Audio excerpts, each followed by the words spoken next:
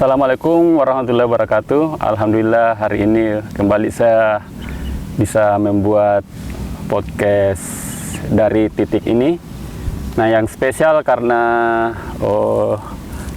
pertama yang hadir Bang Rahmat Mukhtar. Halo, selamat sore. Pendiri Wake Culture Foundation. Terus kedua karena pelaksanaan podcast kali ini di Butusan Lombok. Ini situs yang sangat bersejarah karena berkaitan dengan perang antara pasukan Arum Palaka dengan Deng Rioso. Itu di Lontar, itu berlangsung di Butusan Lombok. Nah, di lokasi ini kita sengaja ambil lokasi ini karena pas dari sini berlatar belakang Taman Budaya dan Museum Sulawesi Barat. Yang akan juga jadi tema diskusi saya dengan Bang Rahmat Mukhtar. Jadi ini yang Ini pertanyaan awal, Bang. Kira-kira apa yang membedakan gerakan kesenian di Sulawesi Barat pada umumnya atau Pulau Alimandar dan Majene pada khususnya sebelum dan sesudah adanya Taman Budaya ini? Karena ini kan tuntutannya teman-teman dulu beberapa tahun silam bahwa ya harus ditempatkan di kawasan di sini. Perkembangan kesenian secara umum ya. Iya. Artinya kita pilih saja langsung ke kesenian modern ya. Kontemporer lah atau modern. Kita bisa berangkat katakanlah dari periode kalau sebelum adanya Taman Budaya ini, bangunan ini di sini sekitar tahun tidak usah terlalu jauh lah ya, kalau mula teater flamboyan itu kan sekitar tahun 80-an ya. Atau paling tidak ketika ya. Sulawesi Barat terbentuknya. Sulawesi Barat 9 berapa itu? 2004. 2004 itu secara person itu sudah banyak yang membuat gerakan-gerakan atau karya-karya kesenian secara personal, dan banyak juga yang membuat komunitas. Yeah. Komunitas. Mungkin pada saat itu sudah lahir Wando, Sureh Bolong, yang khusus yang ada di Tinambung, terus yang di Polowali juga ada Madete Arts, dan bermacam-macam kelompok kesenian baik dalam bidang tari, teater, dan musik, termasuk juga di Majene yang digawangi oleh Teater Ampat. Di bagian kata ada Mia Bustan itu, apalagi namanya? Korumta. Korumta. Bagian Mamuju juga ada, tapi saya agak lupa namanya itu apa. Tapi dulu ada beberapa komunitas teater juga yang lahir di sana. Mungkin pada saat teman-teman Bang Asmadi dan Ramli Rusi juga pernah workshop di sana, muncul teater air di sana, tidak tahu kalau tidak salah ya, teater air. Nah, dalam pergerakannya itu sudah agak berkurang sih sebenarnya pementasan mandiri, karena kalau sebelum itu kan lebih banyak pada saat era-era flamboyan itu kan, teater Pamarica, Menara Lapeo, apa semua mereka banyak bergerak secara mandiri, dalam artian belum ada program-program kolaborasi dari pemerintah gitu. Jadi mereka menjual tiket masing-masing itu kan, pentas di gedung. Itu biasa itu tempat pentasnya di mana saja itu? Bisa waktu masih era bioskop ya. Jadi di bioskop apa itu Tinambung tuh? Harapan ya? Ya, bioskop Tinambung, terus di gedung Serbaguna. Mita, dan di gedung Tamajara. Nah, itu rata-rata mereka pentaskan di situ, dan dia tiketing dia ya mungkin sekitar 5.000 atau berapa, banyak sekali. Malah yang marak waktu itu kalau zamannya Pelamboyang itu teater, malah teater dan musikalisasi puisi. Saya bisa dapatkan karena saya masih waktu itu saya masih SMP atau Lautan Jilbab itu ya? Lautan Jilbab, Cak Nung datang mementaskan sama Bang Ali. Sang Toko enggak salah juga. Sang Toko juga teman-teman. Kan waktu itu kan ada juga teater Pelamboyan, selain teater Pelamboyan kan ada apa Riyad, apa namanya di Tinambung ini. Jadi selain teater Pelamboyan itu ada juga komunitas teman-teman di Tinambung yang kota itu buat juga mereka kelompok. Jadi masing-masing termasuk ada juga Bedi di sana almarhum. Oh ya Kak Bedi. Ya Kak Bedi. Jadi berbagai macam produksi di situ malah. Jadi produksi sendiri, mandiri. Ada workshopnya, terus pementasannya mandiri. Ada naskah-naskah dari mereka sendiri yang dia buat. Nah, sesudah itu agak jarang dan dia beralih ke wilayah tari dan musik. Ya, musikalisasi puisi. Ya, musikalisasi. Ya, musikalisasi waktu itu kan musikalisasi puisi yang banyak sama teater ya, sama teater.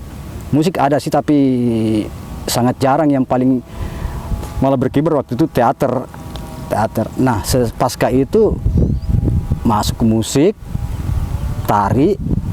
Itu pra sebelum era festival ya, karena sesudah itu kan masuk era istilah festival ini digenjot, baru berkibar lah musik, tari, apalagi musik. Kalau seni rupa? Seni rupa masih jarang-jarang sekali waktu itu. Paling beberapa teman-teman Pelamboyan sih juga sering dulu buat acara pameran dulu di gedung sini, katakan Cinta dengan Karya, bergabung bersama-sama, tapi jarang sekali itu kan kalau seni rupa. Yang paling banyak itu teater, musik, dan tari, itu yang paling. Jadi bisa dikatakan sebelum ada TBM itu lebih banyak mandiri ya, atau minta proposal yang insidental. Ya, lebih banyak mandirinya, tapi meskipun sebenarnya mandiri itu mereka sih sebenarnya ada yang support juga, tetapi bukan secara program pemerintah langsung. Karena teman-teman bagaimanapun juga mesti meminta support dari misalnya Pemda, siapa ada kolaborasi dari mungkin pada saat itu si Manggawarani atau siapa gitu kan. Nah, tetapi waktu itu pemerintah jarang sekali membuat event, maksudnya tidak ada event khusus untuk kesenian. Enggak seperti sekarang gitu kan. Iya, itu kan dulu masih Sulawesi Selatan ya. Masih Sulawesi Selatan, masih Sulawesi Selatan. Ini ketika Sulawesi Barat, masih itu. Terus ini kan saya belum 1 tahun ya. Ini Taman Budaya, tapi sudah ada beberapa kegiatan yang berlangsung di sini. Itu hampir semua kegiatan kolaborasi dengan pemerintah. Iya, karena itu agendanya Taman Budaya kan.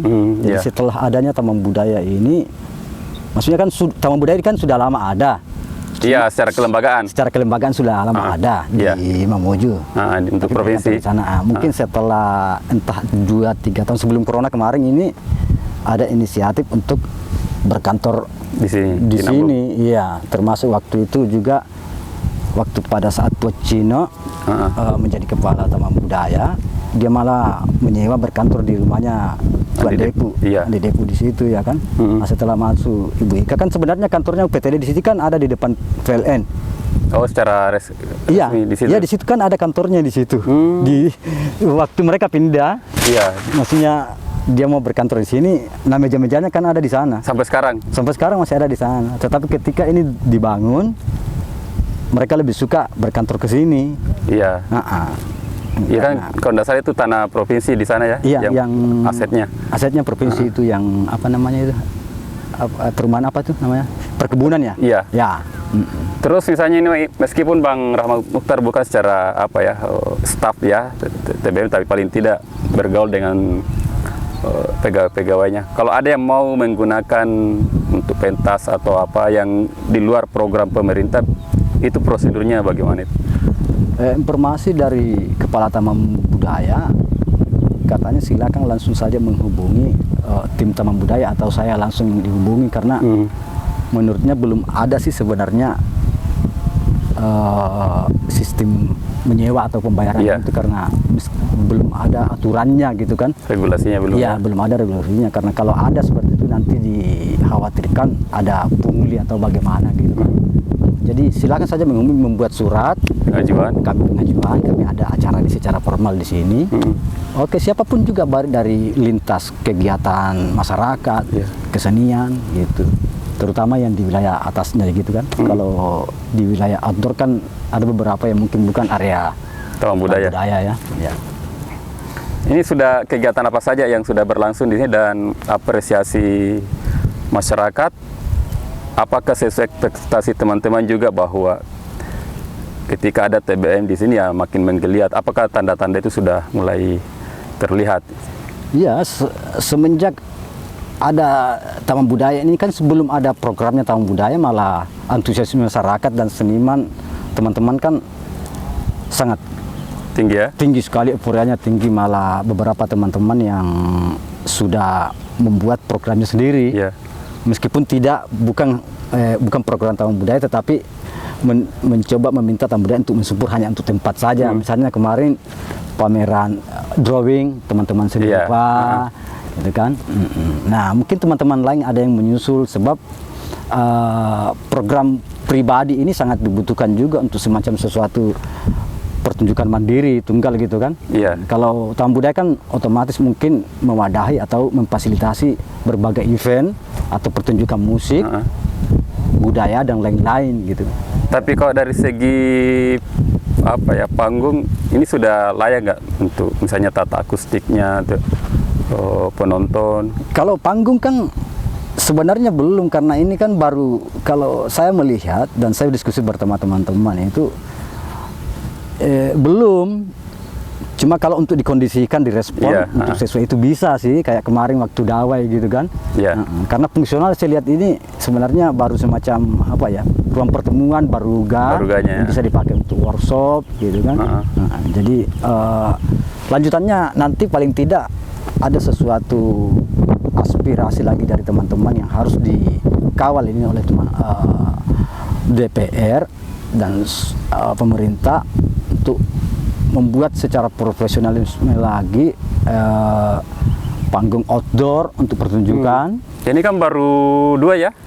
Ada bangunan secara fisik ini. Ya, ini kan baru bangunan secara fisik juga, tapi berbagai fasilitas tambahan kan mesti. Kalau selama ini Bang Rahmat sudah ada nggak melihat biasa desain-desain rancangan dan atau apa yang disampaikan dari pihak UPTD, kira-kira apa yang akan ada lagi nih dalam jangka panjang ke depan ini Taman Budaya ini?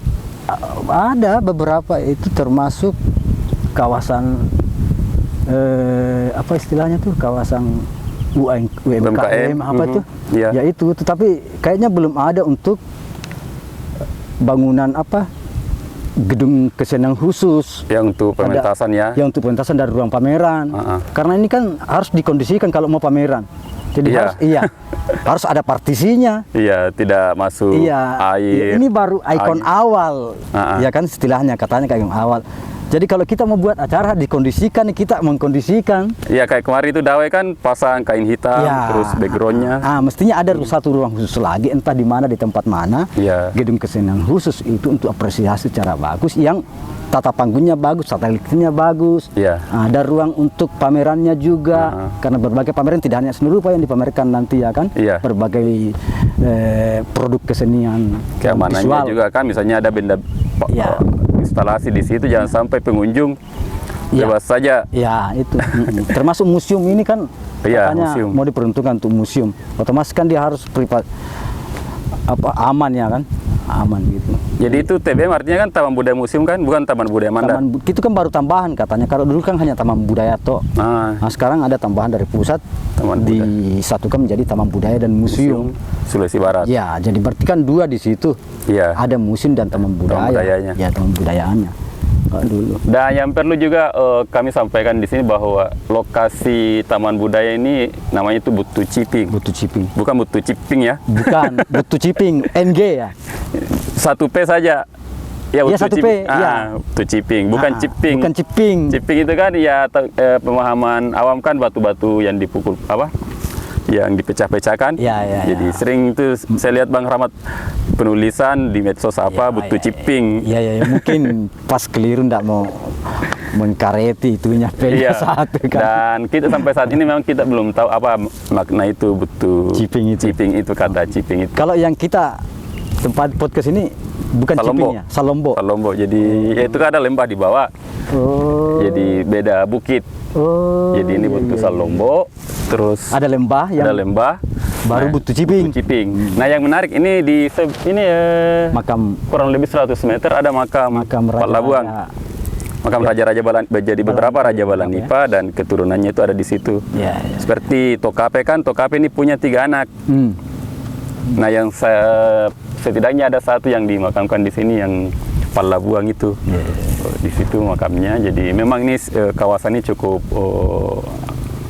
penting dalam kebudayaan dan sejarah Mandar, dan apalagi sekarang kan view-nya juga cantik. Sini kelihatan kota Tinambung dan ini taman budaya. Jadi teman-teman kalau misalnya banyak waktu selesai berkunjung ke taman budaya, bisa jalan-jalan ke sini. Melalui lembah dulu baru naik kita. Jadi dua. Asik sekali. Jadi Bang Rahmat tadi bagaimana lihat pemandangannya? Iya, nanti rencana insya Allah akan ada workshop bersama di sini, termasuk teman-teman Wake juga. Kita akan adakan workshop di sini. Nah, karena dekat sekali taman budaya, asik. Baru view-nya lagi Kota Tinambung. Kota Tinambung ibaratnya kalau kita di Jogja itu, tapi agak jauh dia ya, di Bukit Bintang. Di Jogja kita naik ke mana tuh? Di atas Bukit Bintang dilihat turun Jogja, wah. Ini juga kayak gini. Katakan kayak gitu ya. Jadi meskipun dekat dengan taman budaya, tapi lain pemilik anunya di sini. Jadi kalau teman-teman ada yang kayak Bang Rahmat mau workshop atau apa, bisa betul yang punya tanah itu ada di bawah itu di Kota Tinambung, bisa langsung koordinasi. Silakan hubungi. Jadi itu satu keluarga satu rumpun dia ini yang punya nih. Tuan Tasal Lombok. Terus ini Bang Rahmat ya apa ya? Optimis nggak dengan ini kira-kira pengembangan ke depan ini dibandingkan sebelumnya dengan sesudah adanya khususnya gerakan kesenian dan kebudayaan, apakah akan makin itu ke depan? Ya, kalau saya pribadi sering saya diskusi sama teman-teman, bagaimanapun saya selalu optimis karena kenapa? Melihat dari cuaca dan kegelisahan teman-teman. Artinya masa sih setelah ada ruang yang seperti ini juga teman-teman tidak mengisi hal itu, padahal sebelum tidak ada, teman-teman kan main di lorong, main di depan pelatarannya, membuat acara-acara gitu. Kadang-kadang di gedung, di jalanan itu ubun-ubun dulu itu tahun berapa itu? Jadi galeri kita alam ya kan. Nah, sekarang tinggal bagaimana kolaborasi dengan pemerintah kepala itu, untuk kepala TBM dan timnya untuk bisa saling bersinergi untuk memeriahkan itu. Jadi bagaimana teman-teman juga mendukung dengan keberadaan ini.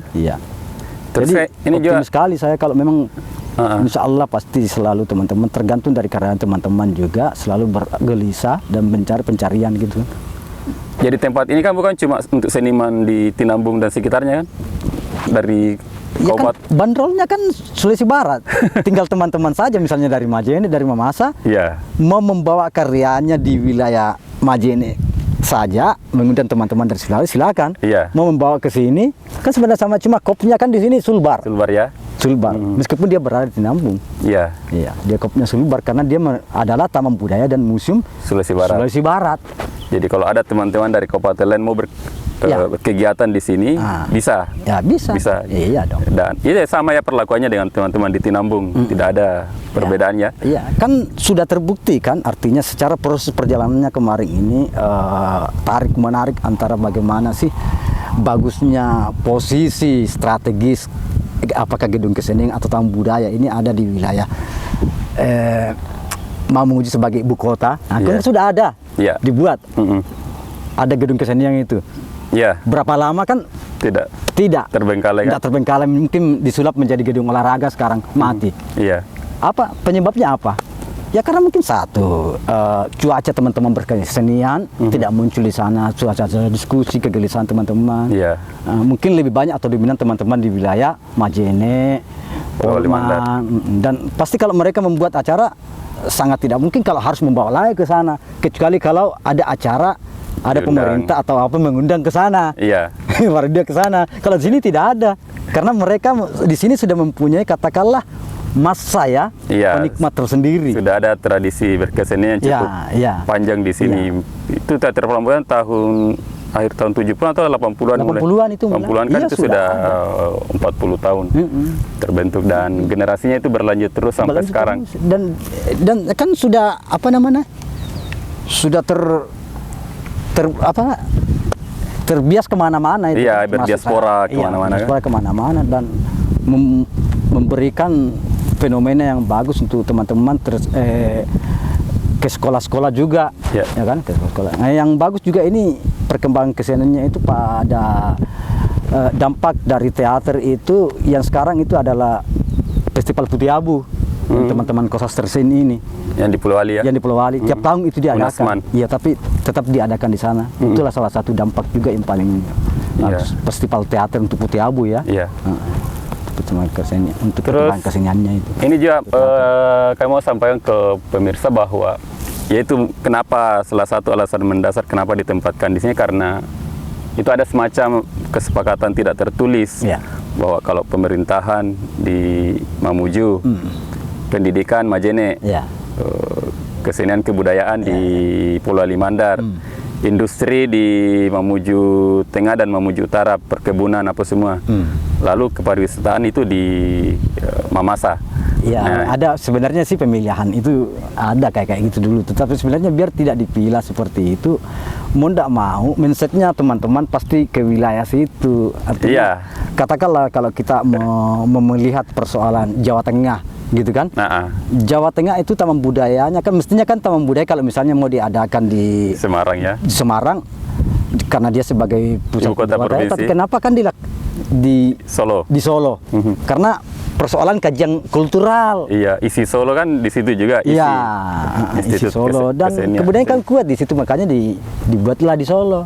Padahal kalau dari geografis itu kan Jogja dengan Solo tidak terlalu jauh. Tidak terlalu jauh. Karena memang beda provinsi ya. Terus ada alasan tadi. Jadi terlepas tadi itu memang Pulau Limandar ini dan yang khususnya kawasan di sini kita sudah ada fondasi modal sosial berkesenian yang tradisi yang cukup panjang. Dan sangat bersyukur sekali dengan terbuktinya dengan dibuatlah di sini sesuatu taman budaya ya, bangunan yang bagus di sini. Alhamdulillah teman-teman juga sangat bersyukur, teman-teman seniman itu. Jadi dia ada sesuatu ikon untuk bisa membuat gebrakan yang lebih bagus lagi ya kan. Ketimbang umpamanya itu tidak ada. Iya.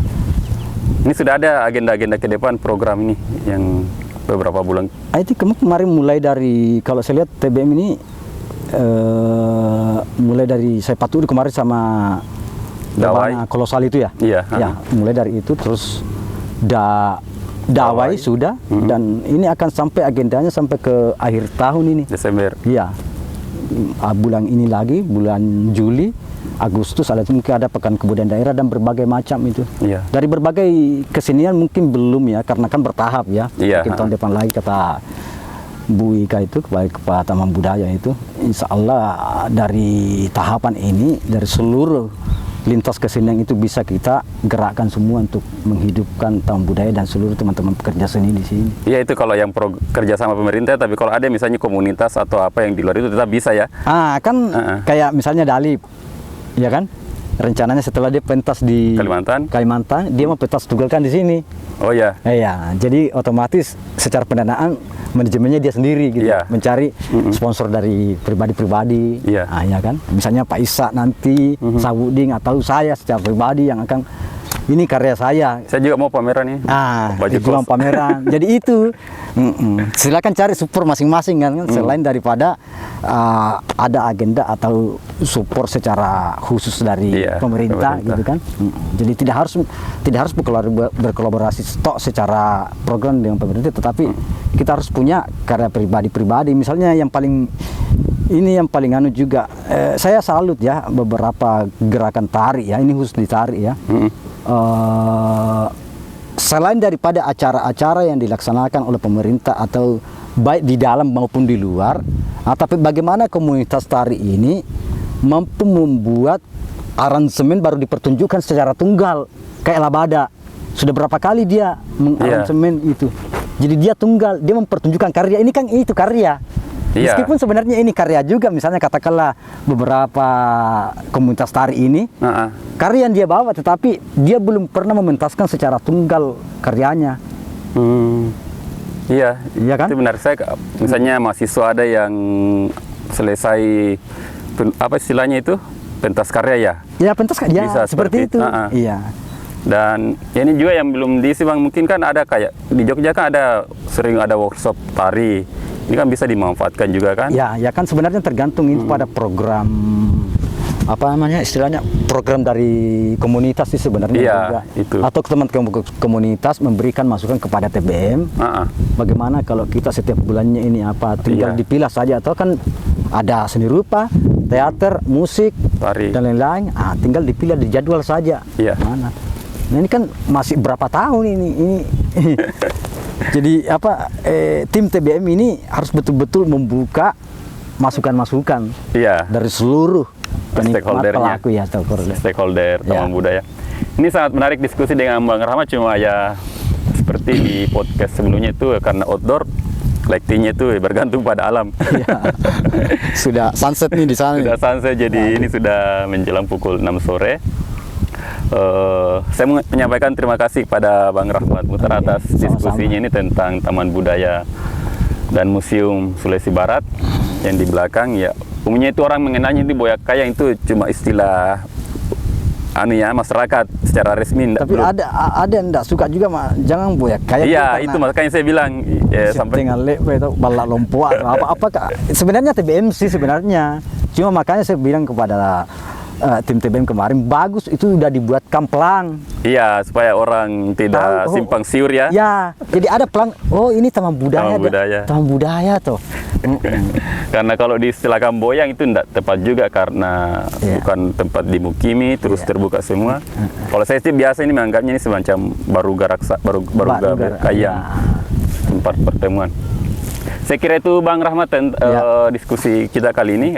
Insya Allah ini apa yang kita diskusikan bermanfaat buat teman-teman yang menyaksikan podcast dari titik ini. Jadi ciri khas dari titik ini ya, saya usahakan itu ya apa yang kita diskusikan itu ada hubungan dengan lokasi kita. Oh gitu. Jadi titik ada ini ya? Iya, dari titik ini. Jadi ada semacam benang merah. Jadi latarnya nanti bermacam-macam ini ya? Iya, nah itu juga menjadi sebagai promosi wisata tempat. Kadang juga saya kalau teman-teman ada ekonomi kreatifnya, kita bantu-bantu promosi. Kita sudah wisata nih. Jadi wisata selain dapat pengetahuan seperti apa yang kami bincangkan ya, view-nya juga. Nah, saya yakin kalau lihat ini pasti tanya-tanya di mana itu view-nya ini. Terima kasih. Wabillahi taufiq wal hidayah. Assalamualaikum warahmatullahi wabarakatuh. Salam. Salam baki ya. Akar.